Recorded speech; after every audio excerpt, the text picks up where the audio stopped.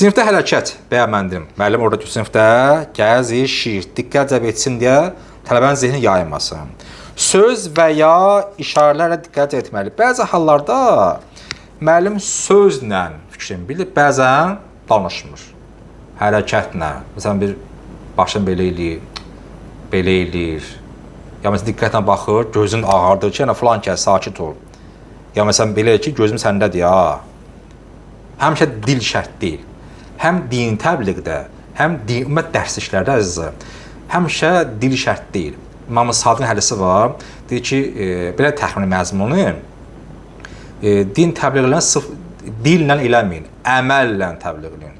Məsələn, tutar sən işləyirsən, həkimsən, müəllimsən, məsələn, mən axranam. Nə işsən işdə, həmişə dillə təbliğ alınmır. Bəzən dilin yeri yoxdur axı orada, əməllə göstərirsən. Baxılar ki, sən əməl etməliyinə cəmaat dini sevdirsən, cəmaat dini sevir. Nə yaxşı dindir, qəşəng belə mərifətlidir, əxlaqlıdır, səbirlidir, bizə məsələn üçün kömək eləyir. Sən əməllə din təbliğ edirsən, həm də tərbiyəmiz öz yerində.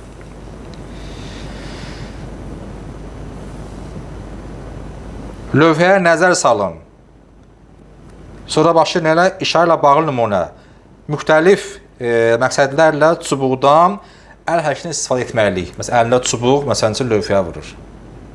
Lövhə göstərir. Bəzən deyir, lövhəyə baxın, bəzən demir. Lövhəyə çırpır, əlindəki çubuq. Yəni, nə? Baxın bura. Müəyyən şey olur, qonaqlıq. Məsələn, götürülür ələn çaşqa, o aparır hər hansı bir, məsələn, çıxılladı ki, yəni ki, diqqət məndə olsun. Qışmaq alınmır ki, məclisdə. Mən ilənti eləmişim şəxsən məclisdə. Ay cəmaat, söhbət ediləm, ay cəmaat filan alınmır. Əlində stəkan vurmuşam ki, hamı baxıb. Bəzən söz getmir, əməl gedir orada. Sinifin üzvləri arasında rabitə yaradarkən dəyişiklikdən istifadə etmək. Nə deməkdir bu? Müəllim şagirdlərlə rabitə, yəni ki, əlaqə qurmaqla dəyişikliklər yaradaraq şagirdin diqqətini tədrisə cəlb eləyəcək. Yəni, quru müəllim olmayın. Tələbənin xeyri var, şərəbi zəng elə, bir yaz tələbə. Məsələn üçün deyək, xəstə nə oldu məsələn? Ya məsələn, problem var idi. Nə imkan var bizi soruşursan? Bu böyük bir şeydir həqiqətən də. Yəni, ünsiyyət çoxalır, dərsə maraq çoxalır tələbədə. Məsələn, bir xeyri şərəbi get, bir qapısını döyür, məsələn, bir baş sağlığı alınmır. Zəng elə, məsələn, Allah rəhmət eləsin, gələ bilmədim, üzrə salıb. Böyük bir şeydir həqiqətən də bu. Sonra, sükut. Sükut da şagirdlərin diqqətini cəlb etməkdə təsirli vasitələrdən hesab edilir. Müəllimin müəyyən etməsindən asılı olaraq sükut bir neçə saniyə lazımdır. Məsələn, deyansan 2-3 saniyə sükut. Məsələn, desən ki, o vaxtda Peyğəmbərimiz 2-3 saniyə sakit. Həm dərsdə, həm çıxışda. Bunun böyük təsiri var. Danış, güllə kimi danışırsan, məlumat gələcəksən, bəyadırim kimi, dili və beyninə. Amma arada bir 2-3 saniyə fasilə verirsən ki, diqqət cəlb eləyəsən. Həmçinin mollalıq eləyəndə, moizə eləyəndə də bunun böyük təsiri var. Təkərəm, lovğalı çıxmasın, mən canlı şahidəm deyə, mən da eləmişəm. Və yenə eləyirəm başqa metodlarla, üslublarla, mən xeyrini görürəm ki, cəmaatın cəlb olur. Məsələn, bəzi elə eləsən ki, məsələn üçün deyə də, orada cəmaat filan mövzu sevirlər. Ondan danış, hamısı baxacaq asə. Sən danışsan, yer, göy belə, təfsiri belə gəlir, alınmır da bu yeri deyil. O cümlənin, o mövzunun yeri deyil. Başlaysa məsələn, nədən? Cəmaat nəyə meyillidir burada?